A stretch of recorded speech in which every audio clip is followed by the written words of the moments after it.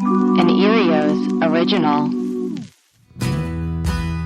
I never really had to think about being non-binary unless I was doing like a Beyonce dance on Instagram or like Halloween. I wasn't really experimenting with my gender a lot. When you're a mix, you're in between and you feel neither here nor there, you're not enough. And so if somebody's saying, oh, we'll actually be able to identify you as Japanese, let's cut your bangs, and go, okay, yeah, let's do it. Hi, I'm Margaret Cho. Welcome to The Margaret Cho, my podcast, where we talk to people that you already know and talk to people you should know. Here we talk to Jonathan Van Ness. He is incredible, and we caught him on his big tour, Road to Beijing, at the Wiltern, and he's amazing. Well, this is so exciting. This is our first podcast, and now we're here with Jonathan Van Ness. Hi, Margaret. Hi, I love you. I love you. It's not a competition, but I might love you more. I think this is so amazing that we get to do this. I'm so glad that I get to. I know, it's amazing. And we're here at the Wiltern. We're here before your amazing show tonight, which is already sold out, and you've been touring all over the place.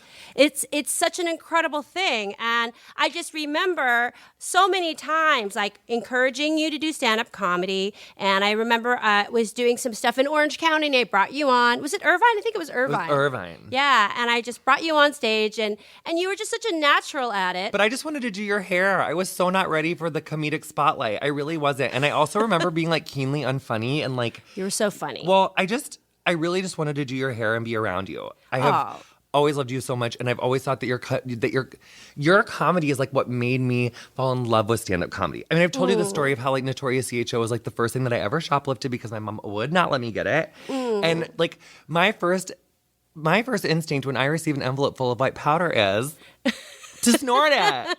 I just won't do that next time. Yes. Because everyone was freaking out about anthrax. Yeah, that's right. And the G-spot and the gotcha. Yes. Because you felt like it was like this thing that was never going to be found. No. And your pussy-eating bib. That's right. I literally could recite Notorious CHO basically from like beginning to end. That's so one amazing. One of my favorite things of all time of like any genre. I love that. That's incredible. And this is so incredible that I get to, be a part of this show tonight and watch you. And, how does it feel doing this big tour everywhere? Because now people know you, of course, from Queer Eye. And now they're getting to know another side of you here. I mean, I think people who are also fans of Game of Thrones maybe see glimpses of the comedian, of course. And also on the show, you're very funny. But what was it like to just kind of be out there with the show? When I very first started doing stand-up, like prior to the tour, like when I really started getting into it, I did a couple like just shorter sets like at Caroline's and the Improv in New York and LA, like where I just like had the chance to get up, but no one really knew me yet from Queer Eye. And it was like more like 15-minute sets. And then I got the opportunity to do a tour with Hotels.com last year. And it was just one of those chances of like, it was a really exciting opportunity. It was like, I don't know if I can do 40 minutes. Like, I don't know if I can do 30 minutes. Like, I can't do I don't know if I can do like an auditorium with like 3,000 people. Like, I think I might just like get out there and like shit my pants worse than the time when I had the hot goat cheese salad from Bossa Nova mixed with kombucha and then a yogurt and a bong rip. But I was like, you know what? I'm always saying like on the show and to like friends that like, go for it, try it. Like, you've worked for it, like, and whatever your way was of getting there, just like go for it. If you get the opportunity, go for it. And so then it was like, I just really been going for it, but I didn't want to like, I've had a fear of like that imposter syndrome that like other comedians that. Oh yeah, of course. That's a very real thing because I think that we're so used to being so self-deprecating in life and so used to also people shitting on us in life that when things go well, it's almost impossible to believe that it's really because we're so great. And it's that constant feeling that we're not enough, but we are. We're more than enough. Or that other people deserve it more. Right. Like other people that I look up to more or that are funnier or who have like worked harder like in that field like should deserve it first. And that was something that I feel like made me feel like I don't ever want my show to like not leave you like I want your core sore. Like I want you laughing so hard. I want your face. I want the back of your head sore. Like I want everyone walking out feeling like, okay, like maybe he wasn't like getting booed out of open mic nights, and like maybe like my path to this was different. Like I was a more of like a Mrs. Maisel, like except for instead of going to like the Upper East Side to like parties and practicing stand up, like I was doing it behind the chair. Because really, my sets are kind of like what I was doing, subjecting you to when you were forced to sit in my chair for all those hours. Which I always loved all the stories, and even a single process color, you're talking about an hour and a half of material. So it's like really like, you were doing a lot of balayage. I mean, this was, 7-8 years ago. So, we're talking about highlights. We're talking about a lot of foil. Yeah. So this is like time for you to spend honing your act. And also you spent many years doing the wonderful Game of Thrones, which is really very, very like cutting edge improv comedy. Can I just say, like, I feel like I'm beaming with pride like so hard right now. Like watching you slay single process color, foils, and balayage that seamlessly with like no prep whatsoever. Like that must be like how you feel when you see me doing good funny shit, and you're just like, oh my God, I'm so proud. I'm so proud. Those salon terms just came like rolling out of your mouth. Well, I've had to fend for myself like Bear Grylls in the wild trying to cover this gray, No, are you covering it now? We were so embracing it. We weren't giving a fuck before. But is that why you're looking literally Benjamin Button? Because you do look, you look 11 years old. Yes, I think so. And this little sexy fucking fringe thing right here, this little like. My edges? No, your little side swept little fringe right here. Like, oh my God. It's really growing. It's growing. It's a bit of biotin, a bit of the bamboo silica. Do you still take her? Yes, I take her. Honestly, I really do stand by bamboo silica. I think that is like a really fierce thing that I noticed makes your hair stronger and grow faster. It does, and it's really helped. It's helped me grow all this hair, so that's a really good feeling. So thank you for that. Hairy woman. It's nice. Yeah, it's I love really it. Nice. I want to be a hairy woman. You are you are a non-binary, lovely person. Now, do you think what is the reaction to that been? That's just only in this past week, right? It's been really, really, really, really, really supportive. And I had like more of a traumatic experience with gender as a child. Like any gender fluidity or female identifying like gender traits that I had as a child were like really, really like physically and verbally like discouraged. Yeah. And it wasn't like a repeat thing because like, my dad only needed to really see me in like evening gowns playing like Miss America with my cousins properly like once for him to like lose his shit. And he has come really, really far now, but it took me like I learned from that time that like I was still allowed to play dress up with my cousins, but like we had to have like an ETA of like when my dad would be coming in and like like not put on too much makeup because like I needed to be able to get it off and like that stuff that like a kid does not need to be like it was not like a healthy I didn't have like a really safe place to like experience my gender. And so it was like something that was like every year for Halloween, like I was like always like dressing in female clothes, like any opportunity I had to like, dress up in any way or like do anything that allowed me to express myself or express gender other than what was like, put upon me like my whole life I took. But I just don't. I think, first of all, when you do hair, like, you're covered in hair color all the time. Yes. And I was on my feet for 12 hours a day, and I wasn't doing, like, that many, like going to, like, Halloween and, like, a Christmas party was, like, always my two big social events of, like, the year. Yeah.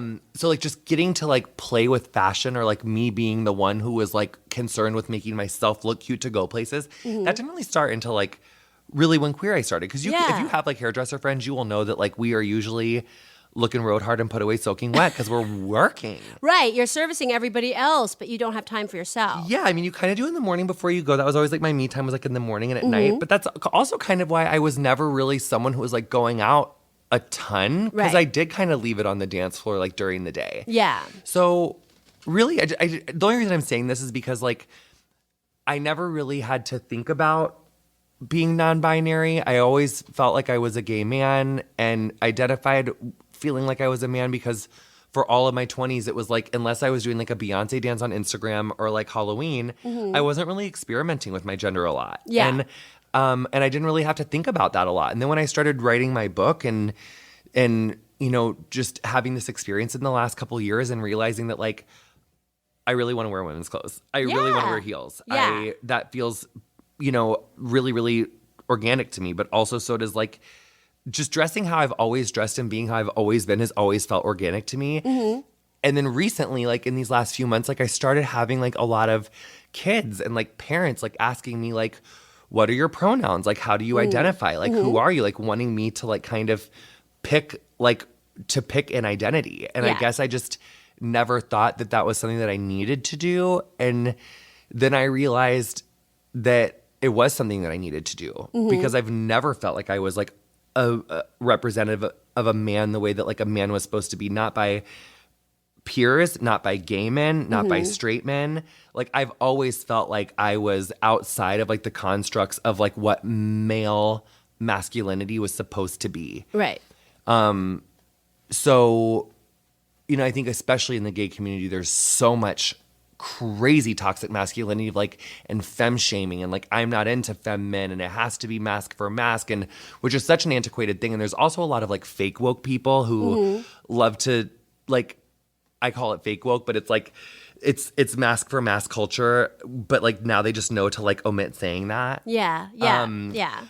But yeah, there's just like, and if you are someone who's like non-binary or you are someone who's like not inside doesn't fit the like rewardable constructs of gender, it's like you're just kind of like instantly like tokenized and seen as like the best friend or like a confidant, but like you're not allowed to be like the sexy one. You're not allowed to like you're neutered somehow. And I think that what it is like with that fake woke thing is that I think some people who are queer take their queerness as sort of a badge of I can say whatever I want because I'm oppressed. And it's not the case, you know, we really recognize a lot of these difficult things like toxicity in so many aspects of our queer culture because people just take it as a given, like, oh, I can't possibly be this, this, and this because I'm already gay. Right. You know, it's weird. Like, and I think I just like, I didn't realize that like, because like when you think about that whole thing of like we're all so unique and different, like everyone has experienced life in such a different way and like we're all individuals.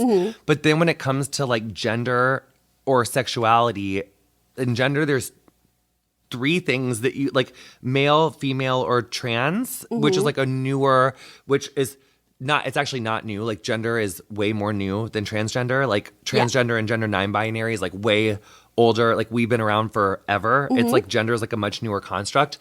But I feel like socially, for my lifetime, I've seen like male and female mostly with very under representation of trans, but I at least knew what transgendered meant. Yes. I didn't know what non-binary was. I didn't know what like gender non-conforming was. Those are like much newer things. Yeah. So, but when you think about that, it's like there's still like 6 shades that you could really fit into. And I just think that for as many, and I didn't quote this incredible performance artist, non-binary performance artist named Alok, who you guys should follow and have on your podcast someday. They're incredible. And they identify as like he or she or they, which I feel like I'm much more on that level. Like I'm like, call me whatever. I really don't care. Yeah. Like, but he said that like for as many different people as there are in the world, there are that many different ways to express gender and sexuality. That's true. That's very true. And- It's infinite. It's infinite. And we aren't really given that information. Like we're really trying to conform into these like 2 very rigid expectations when it comes to gender. Yeah. And yeah, so but the reaction's been so overwhelmingly positive. That's great. I have had like some random like hateful trolls, but the positivity has been so much more than any sort of negativity. And yeah, it has been the most amazing to have like parents of kids that were like me when I was 5 and 6, and that the impact that these last couple of weeks have made on them, that there is this like, there are people that are thriving like you that are like you, that want to wear girl clothes, that want to wear boy clothes, that want to wear a purse, but then they want to wear flats and they just want to be they, but they want to be like she sometimes and they are also he. It's just not, it's just like a matter of like expressing like our energy. Yeah, and it's really kind of a more accurate representation of who we are as human beings. You know, and then it is like a vast array of things we can be, and identity isn't that it's so like gendered and so like it gives me a lot of hope for the future. The children, it's always all about the children. They're really, I mean, they're amazing. All of them. I'm so sad that we've done all these terrible things to the earth and we have to give it to these children. But if anybody's going to fix it, it's going to be them. I mean, that is true. Yes. That is absolutely true. The kids. And there's a lot of like young people, like there's a lot of like in your audience. I mean, I think that you do touch a lot of people who are young at heart too.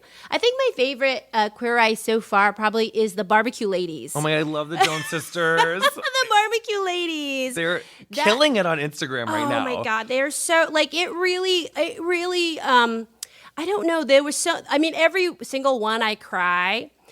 But it's so much that like it's just they really I got so emotional about them.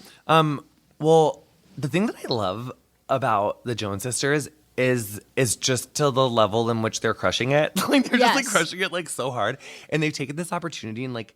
It reminds me of kind of like an Instagram shout out. How like you can get like an Instagram shout out from like the biggest account ever, but if like your content ain't great, like honey, their content's amazing. Yeah. Yeah. The content is slaying. We are slaying this content slaying right now. It. Like they just did like a new summer flavor of that sauce, and I was gagged. Like I was like, you guys are doing special edition flavors? We didn't even talk about that. Like, oh my God, like they are giving me levels. They're giving me levels to this shit. They're doing merch. Yeah. An entrepreneur it literally makes me want to like get up off this chair and like flip it over and run outside. Yeah. I love an entrepreneurial spirit. Oh my God. And the fact that I think it shows the deep gratitude that they felt that you all took such time and care to really change their lives. I mean, in a very significant way. And I think that, to me, that's what's so meaningful about the show. And also what's meaningful is actually the show really brings people together who wouldn't necessarily be so. Like these very like religious people, these very people that we just don't necessarily meet on a daily basis out here in California, in Los Angeles, or in New York. So that's powerful. Yeah, I mean, that's been the most like kind of like that just is. It's not been normal for me living in New York or LA, but like I come from a town of like 36,000 people, like on the Mississippi River. Like every single person that we've interacted with has been someone who like I've gone to school with, who I've done their hair.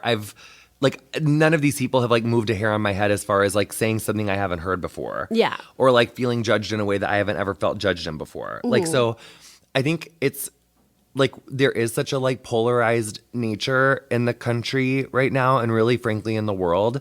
And I think it is important to be leery of the impulse to like wash your hands of someone completely because your ideology is not the same. Because especially if you do want to change hearts and minds, you have to meet people where they are.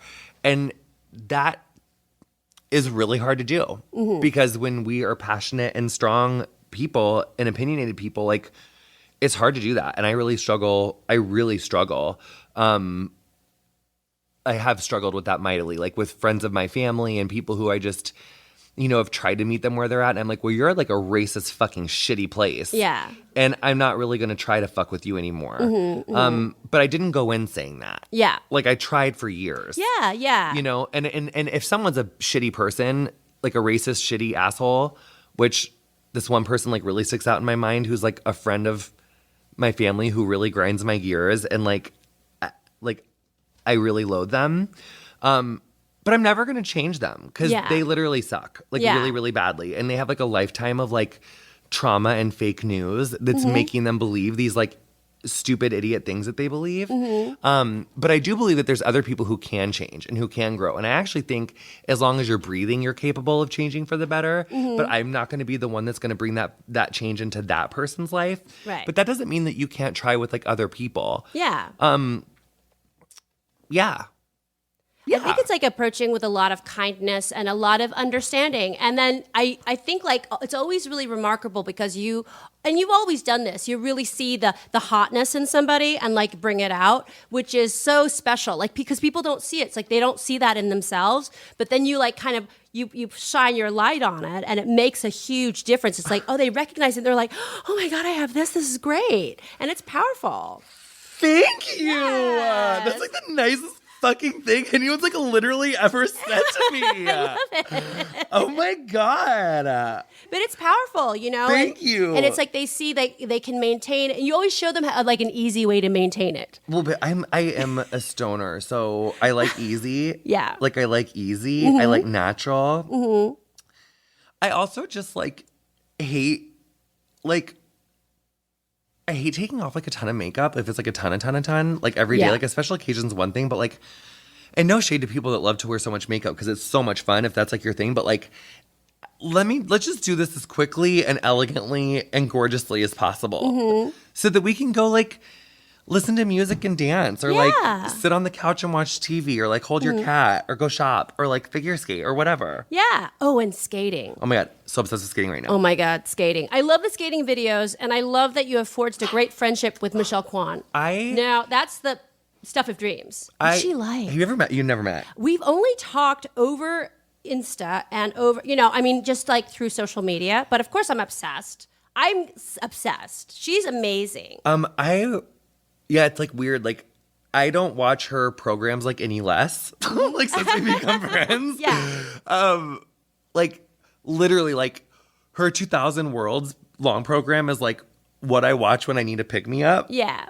Like every day. I just like love her so much. Yeah. But the thing about Michelle is that like she's like a really good friend, and she's a really smart person, and I just like, I really just don't. I just can't even believe. Like, I can't even believe. I really can't believe. Yeah.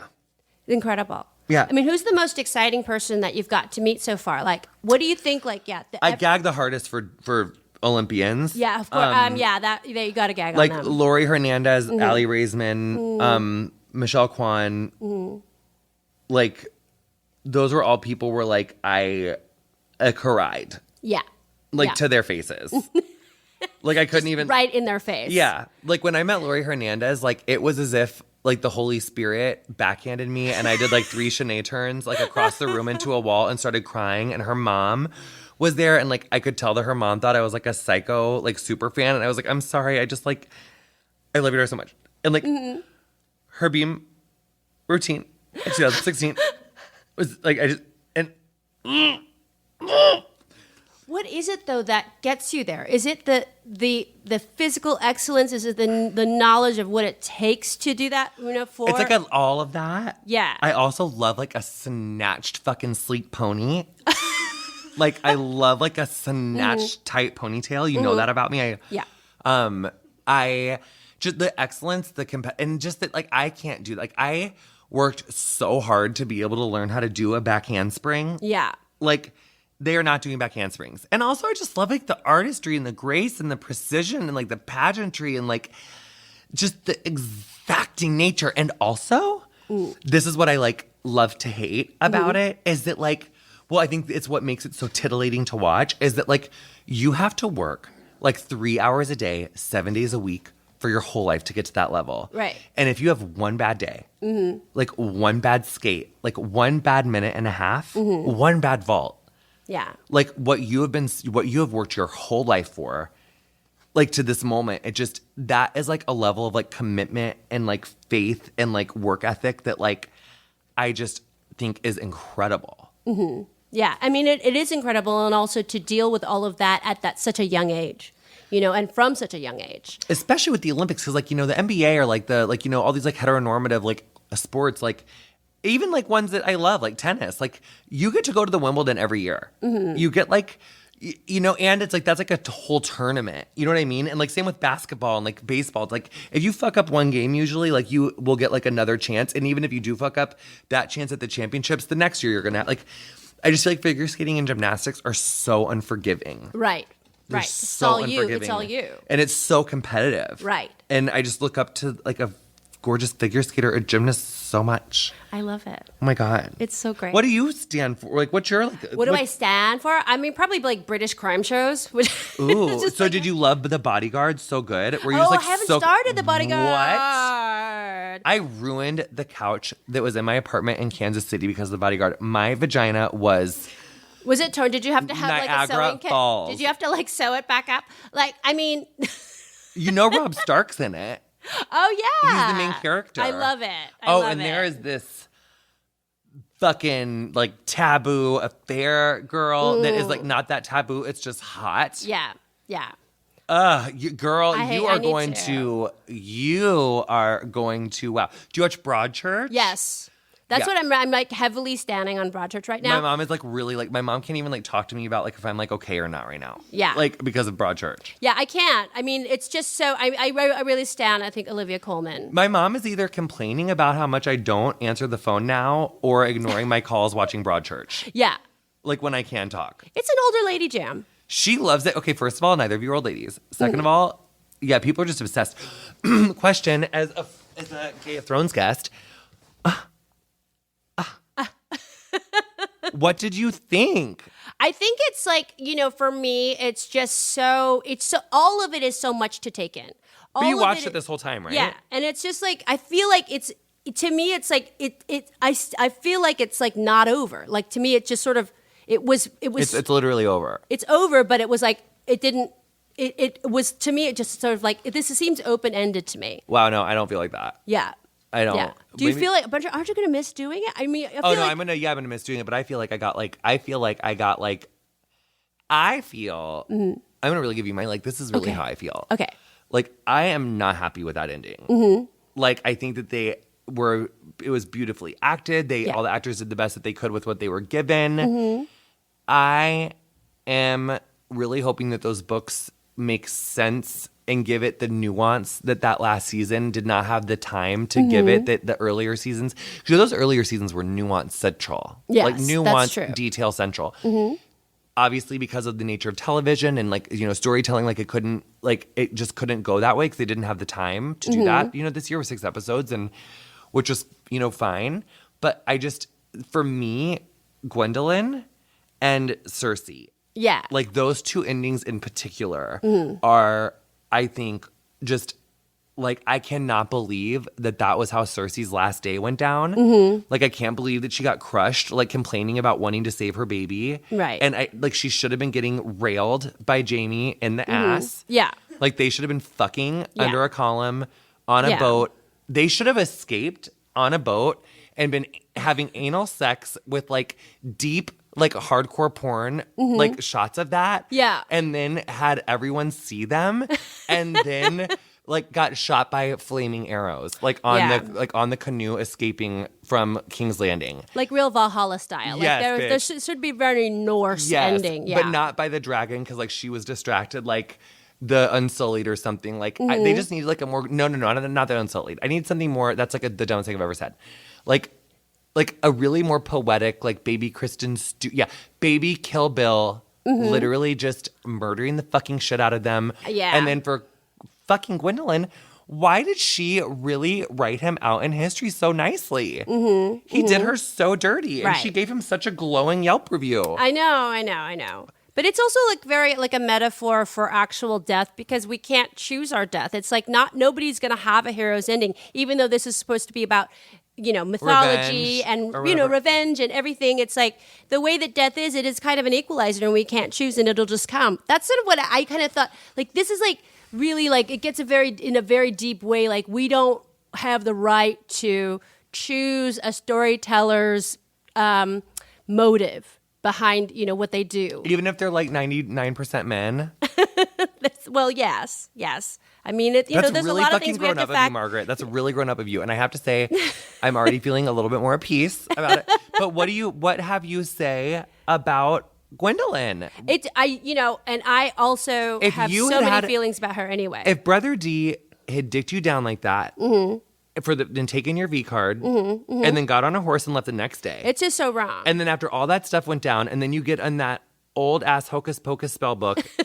You're really gonna be like, he was a great fighter and like he was a great person. I know. After the Yelp review, you would have thought. I mean, but it's like that goes back to like Ygritte, like when Ygritte was real dick drunk. Do you remember when you were talking about Ygritte and Jon Snow and her like face and how she dick drunk. Yeah, I know about dick drunk. Like she's just like dick the whipped. The endorphins, and then he's face. dead, and then she was like permanently stuck there. Yeah, so I mean, it's like if you're dick whipped, you're going to write those kind of Yelp reviews. Because he just was taken away from her. Yeah, but if you're dick whipped, it's like you can't justify it, because if you're dick whipped at all times, even until death.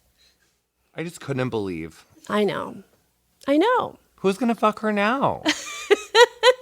It sucks. Did you see what we wrote, what we thought she should have written on Game of Thrones? No. If you press pause, like we did like a CG insert on that book. Because you know, like that last scene when she's writing his history for him in the book, we wrote something to the effect of like, sorry that you couldn't handle the sweet snapback of my snatch and that I couldn't make you come as hard as your sister. You fucking skank. Something like that. Yeah, so much better. We were angry. I mean, yeah, if you have to be. But I love that you weren't. I love that you were just like really like, you're in this place of like accepting what is. And Like really accepting and really zen. You just have to like be very accepting. which is why you literally look like you're like turning 13 next That's week. good. I just might be. I think you are. I'm obsessed. I love you. I have to go and I love you so much. You have to. Thanks for having me. You have I love to go, you. and I love you. Thank you. Here's my conversation with Katie Malia, who is a dancer, who is a writer, who is a comedian, who is a YouTuber, who is so many things. Have a listen. I went to a past life regression therapist. Her name was Bella, and it was in the 90s, and she was in her 90s, so she was about 94. And so she told me that since I have a lot of arguments with my father a lot, we bicker our whole lives. And she says it's because this is my first lifetime as a woman, that I've been a man up until now. Wow. And that through several lifetimes, my father and I had been soldiers fight on different sides fighting. So we had been in several different wars opposing each other.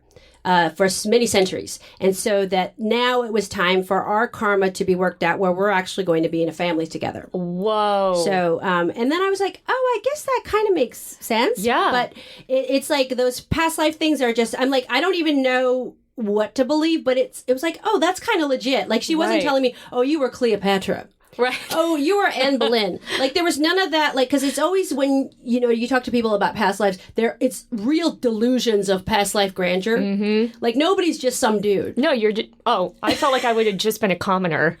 Yeah. Well, I was a soldier, so I'm like I'm just some dude. My dad's just some dude, but we like fought for several centuries. Wow. In different wars. So your father was always a man. Yeah, and then he's still a man in this lifetime, and then so. But my father also has quite a lot of feminine qualities in that he's a rather vain man. He's kind of very he was like a real early metrosexual. Mm-hmm. So he always has he's very good looking. So he's got that kind of, he sort of preens. Right. He loves male attention. Uh-huh.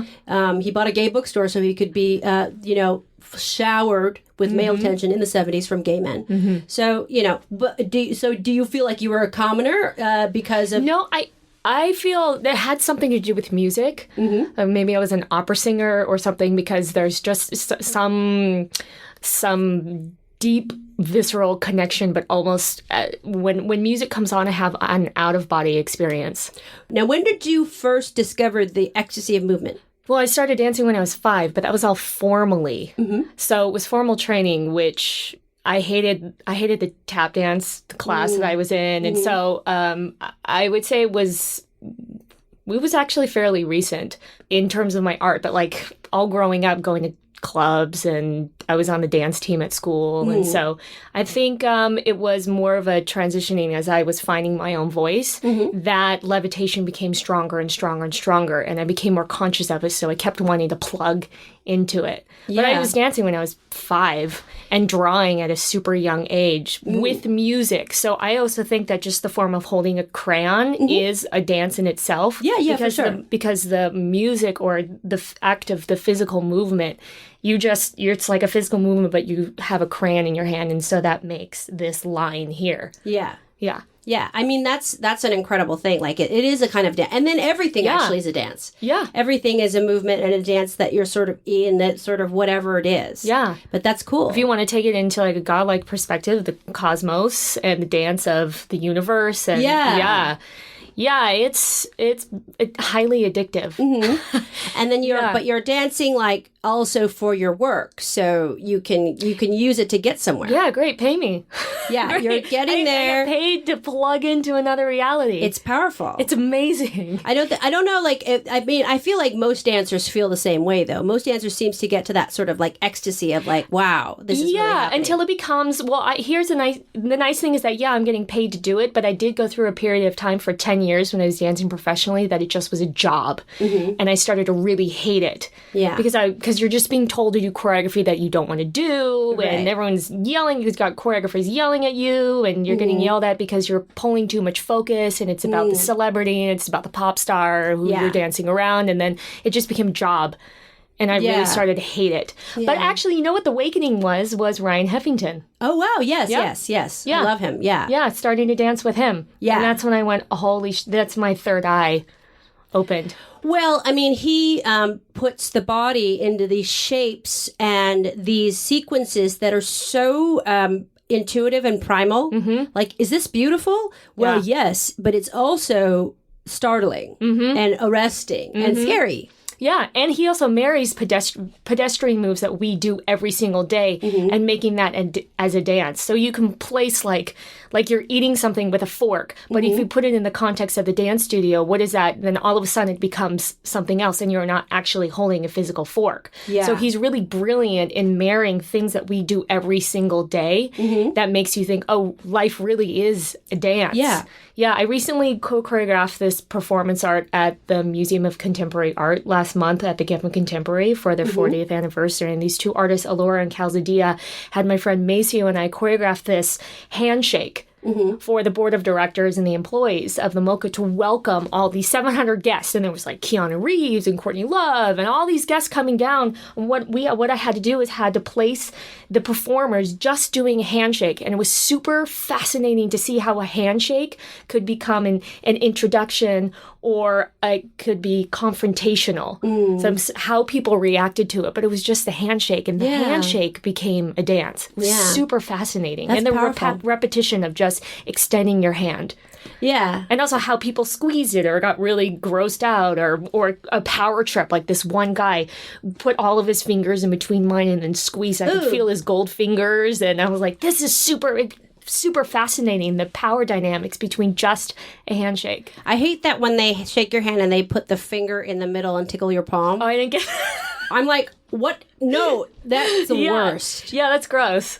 Or they hold your hand doing that? Yeah, or they hold your hand too long. Yeah, or I got a lot of wilted. I got a lot of a lot of a weak handshake. Yeah, it was weird. And eye contact was super fascinating too. I got a lot of non-eye contact.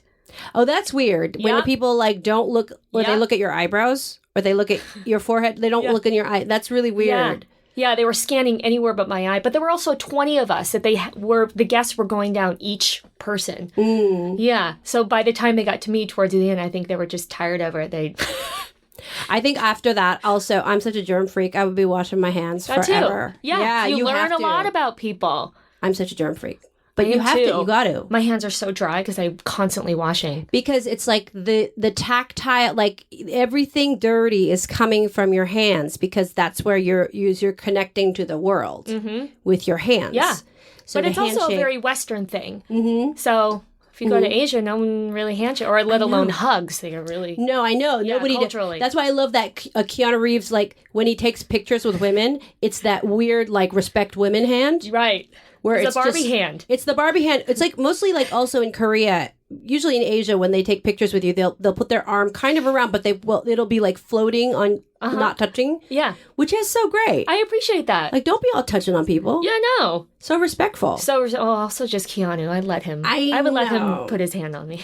Well, he's one of those guys, like this is very important as it relates to you. The beauty of the hapa.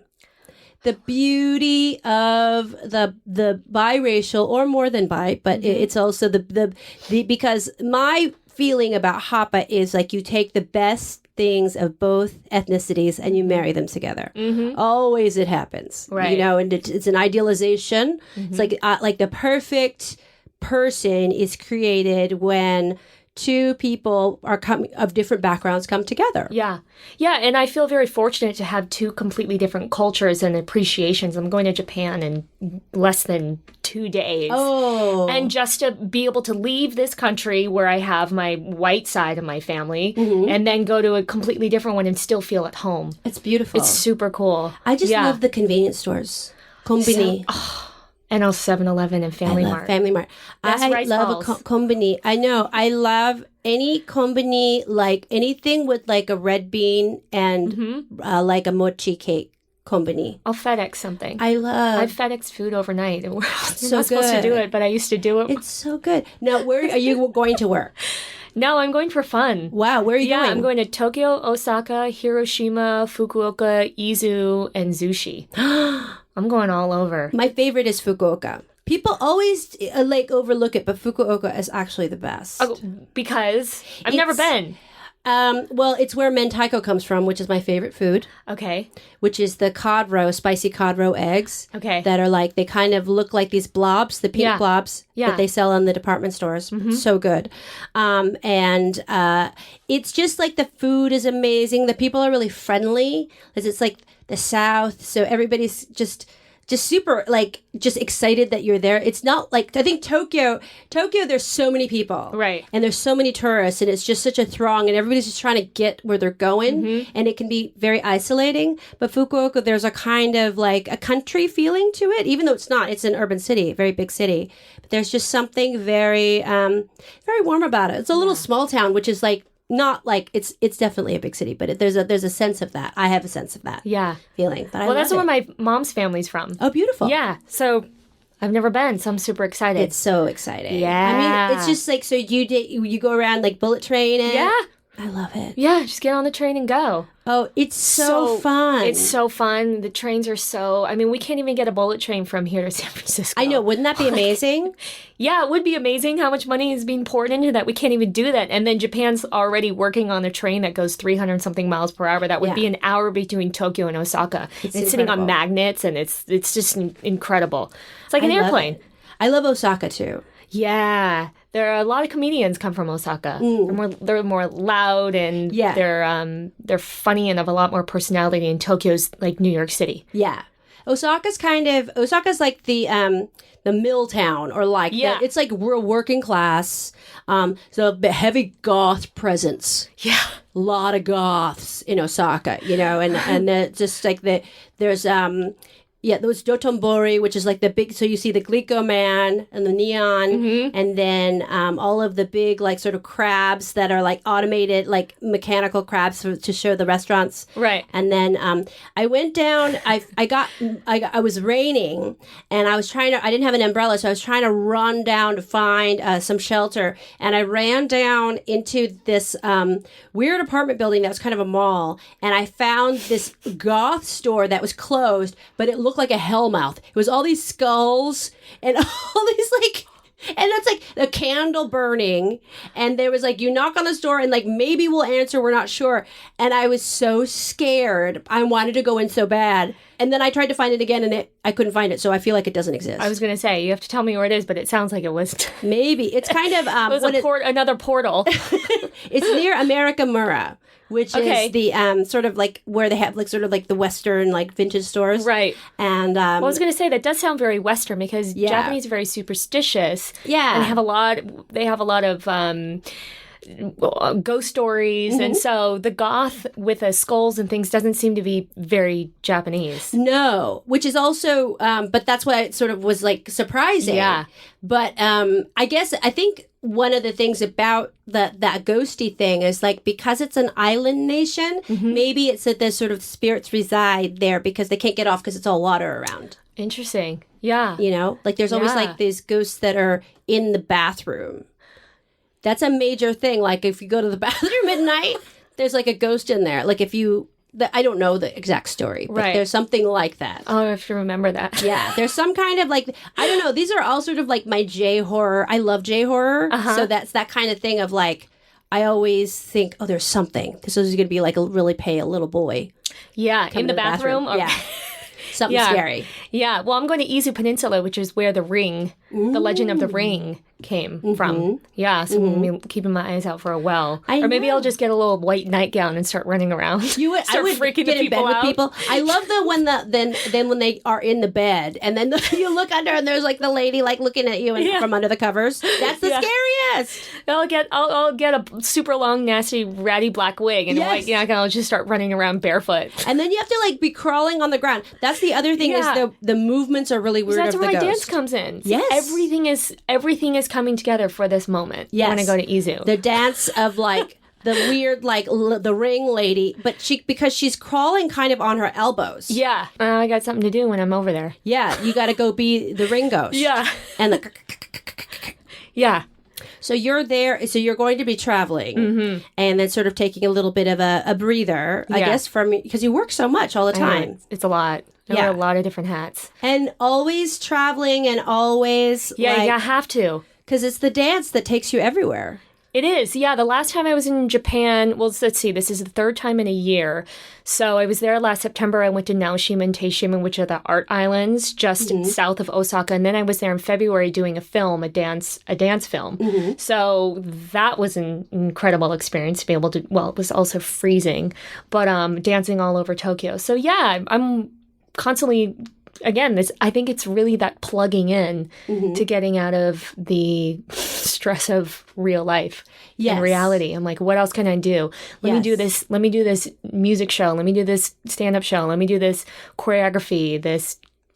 And also writing. Yeah. You're doing a lot of really, really funny writing and great script writing and great like YouTube stuff, and it's phenomenal. So there are lots of things happening. Yeah, a lot of things happening. The web series is expanding into a half hour. Wow. Yeah, I have a feature I wrote with my brother. The half would shoot here and half would shoot in Japan. So a lot of different fingers and different pies. But I think it's that constant search for levitation. Yeah, and getting there. And also building a space to talk about hapa life, to talk about being biracial, talk about this kind of identity, which I think it's misunderstood a lot. And I think that it's something like we don't hear that perspective ever. Right. And I think it's misunderstood, but I don't think the conversation has been expanded enough to where people now are just starting to hear about the word hapa, or even the next wave of our hapa kids that are having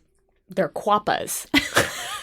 So I think that's also the next wave. Yeah, there's been an incredible opportunity for that conversation in the comedic space, because it really was in the academic for most of the time, and it still kind of continues to be, where it's a lot of psychology professors and let's talk about the mixed race identity, but I wanted to approach it from a place that just resonated with my voice, and to make it more digestible, which for me is to find the funny, and then I slap people across the face with the truth. I'm like, let's make you laugh, and then they go, oh, I having an understanding or an awakening about this identity that I haven't thought about before, or what it's like for people in interracial couples, what that experience is like. Right. I mean, I think it's a very effective way to get people to understand. Well, yeah. But it's just also a little bit. But in comedy, like if you're talking about race, it's actually you can really neutralize any anger that people would have about it by using comedy. Yeah. And your gift is actually doing these very serious topics, but it's so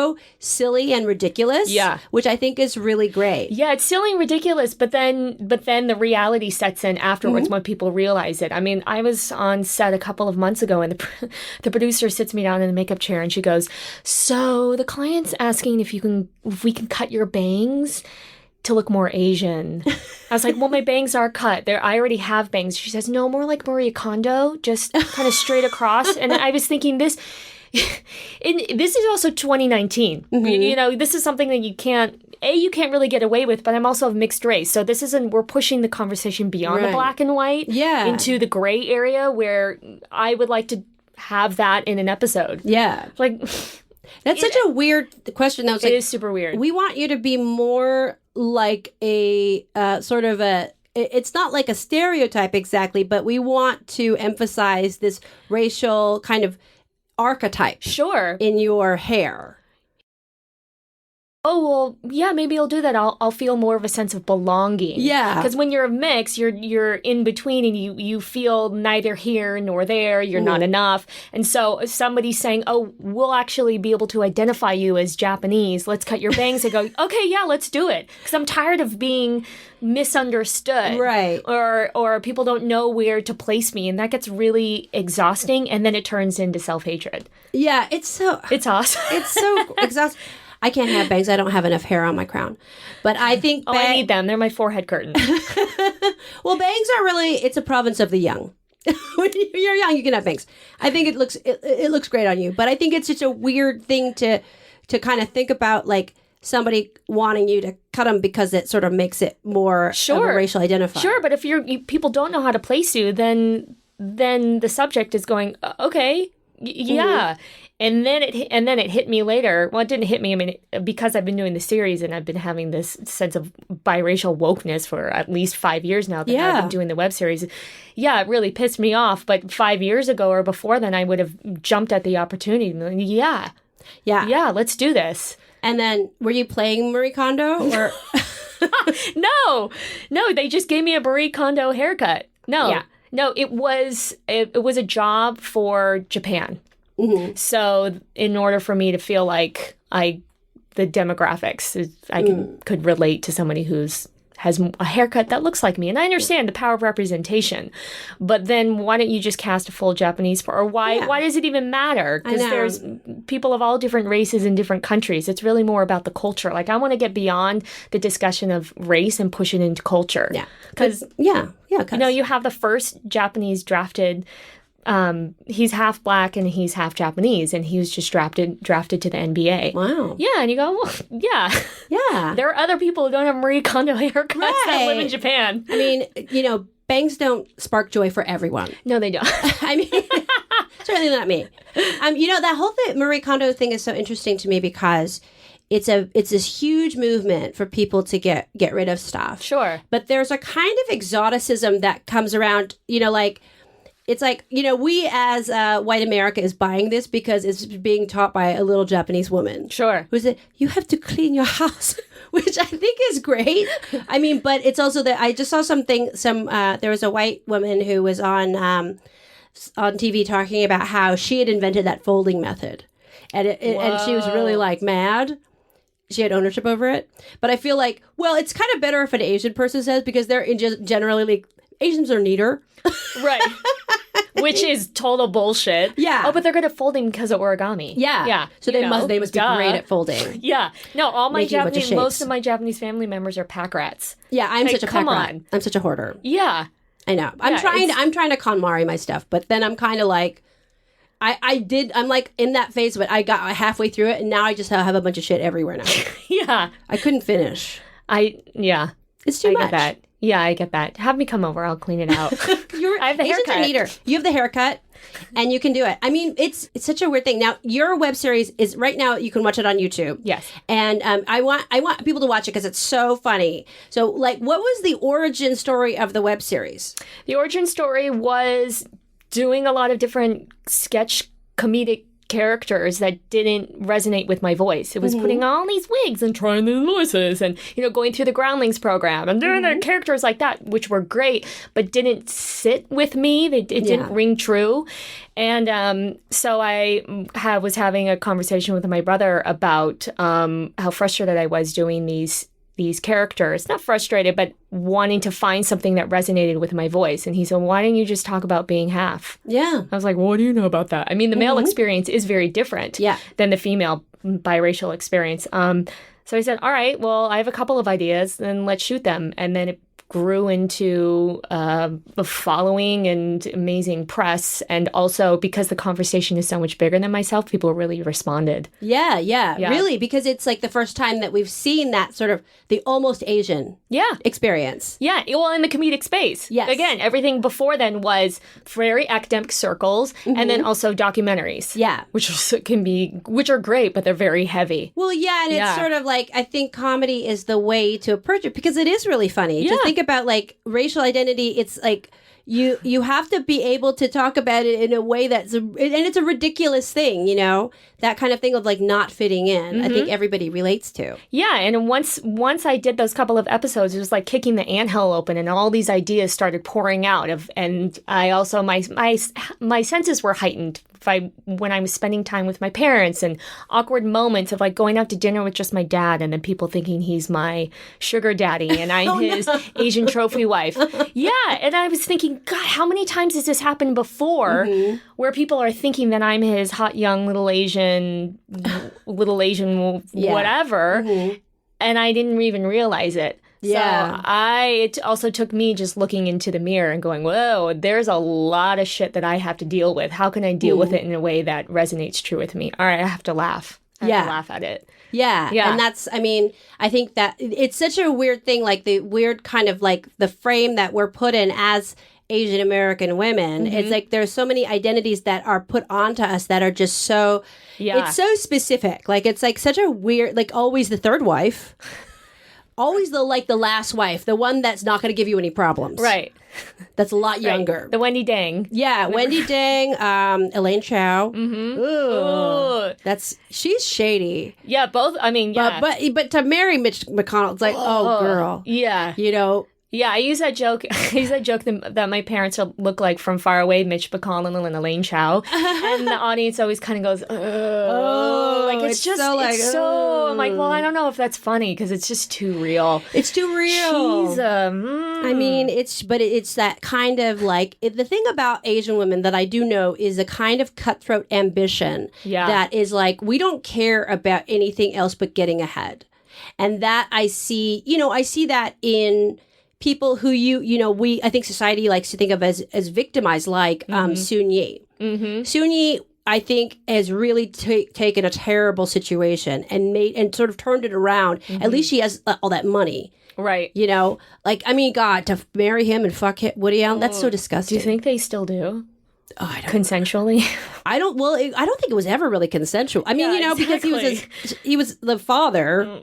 So you know, the way it was discovered because of all the photographs that he had taken of her. Yeah. I believe she was still a child at that point. Yeah. And then Mia Family Farrow photo. discovering them, but they were kind of very sexual photos. Oh, yeah. But I think Stockholm Syndrome. yeah, it must be some of that. Sure. But at some point, it must have turned around, like where she became kind of more powerful. I would hope that's what I hope for her. Right. Right. Yeah. But that that competition is absolutely true. But at the same time, my experience has been so different than you. And people want to project what they think what the stereotypes are onto, where they look at me and they go, well, I don't really know where to place. I don't know what you are. And then once they find out that I am Japanese, then all of a sudden it becomes, oh, we're going to put this on you. We're going to put that on you. But it's very confusing growing up in that space, and then also working in this industry in that space where people don't know where to place you, and then you become, oh well, I just want to be identified, I want to be recognized, I want that representation, like you want to be seen. Yes, and then you start leaning into the stereotypes, and then you're like, what the fuck am I? This is so wrong. Yeah. Now all I'm doing is perpetuating it, but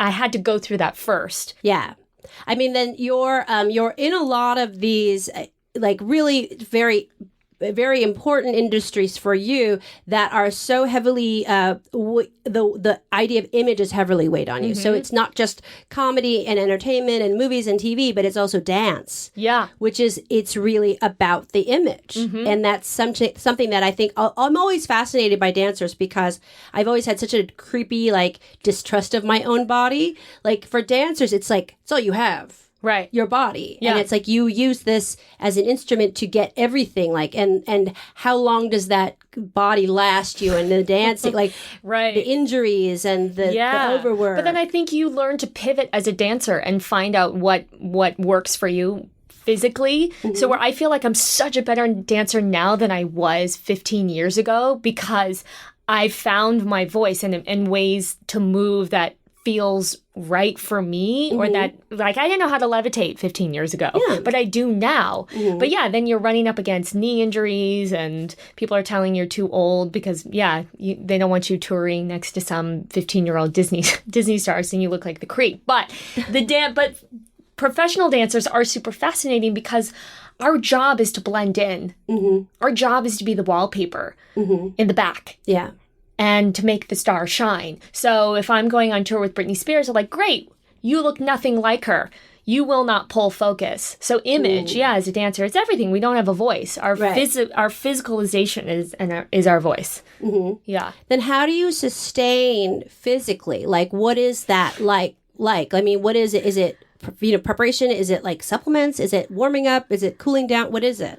I think it's a lot of cross training. I never thought I would ever start lifting weights, and then I've been thinking about going and doing, not CrossFit, but doing weights like kettlebells and things like that in order to strengthen, osteoporosis is probably going to start. It's real. It's real. Yeah, it's real. So, I think it's becoming a lot more, I also think that people are so much more health conscious than they were 15, 20 years ago, that we are eating a lot better. And dancers aren't just throwing their bodies around. They are Pilates and yoga. And so, it is a lot about that. Yeah. A constant, really, and assessing where you are and being safe within that levitation space. Keeping safe within that ecstasy. Yeah, it's modifying. Yeah, I always modify the movement for myself. Yeah. Always, no matter what I do. Don't go down to the ground. And when I go to I rarely ever go to dance auditions, if ever anymore. But if I do, I'm like, don't make me sweat. I don't want to sweat. Don't make me sweat. No floor work. Don't make me go on my knees. Across the floor. No. Do you ever wear the plastic pants? Like sometimes I would go to the dance, garbage pants. Yeah, they're plastic. They make you sweat, but they warm you up faster. Oh hell yeah, that was so huge in the 80s and 90s. Baryshnikov, we all wanted to be like him. Yeah, they were the horrible roll up. They looked like hefty trash bag pants. Oh hell yeah, but on the dancer's body looks so good. Sure, anything looks good on a dancer. Yeah, because you're just a coat hanger. Because a skeleton coat hanger. It's beautiful, but every time I would see Ryan Huffington out, and he would be with all of those hysterica dancers, and you guys look so beautiful because everything was asymmetrical. Like the hair was shaved on one side, long on the other side. You would wear the vintage clothes that nobody could wear because it was just the weirdest stuff, but you made it look really good. Like wearing some kind of weird skirt as a dress. These kinds of things normal people can't do, but dancers are excellent at. Yeah. So layering. Yeah. He also is just brilliant at I think so much in dance is obviously it's about balance, but he was so great about breaking the rules. Changing it up as you are doing. You were breaking the rules, doing it all. Now people can watch you on YouTube now. Yes. So they can it's Almost Asian, and it's all almostasian.com. Yeah, and it's on YouTube, but also is it on its own website or? It's on its own website. And go. I think the easiest way to find it is just almostasian.com because then you can get the story and all the episodes there. I think YouTube is just such a messy interface already. Because then it'll send you to some karaoke video that I didn't do or then you'll get a political video that pops up and that's not my well then almostasian.com and have a great time in Japan. Thanks, Margaret. Let me know if you want red bean. I want a Juki red beans, anything that you eat with a little wooden fork prick thing, and then you eat with whipped cream. Anything from Kombini, I'll eat. Okay, all right. I'll get your FedEx number. Thank you. Yeah. Okay.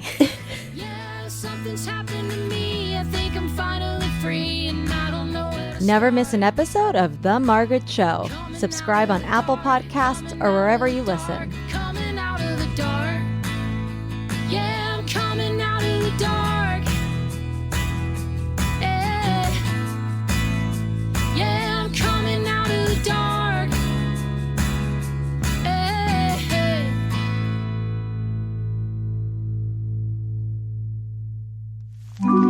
Erios. Powered by Acast.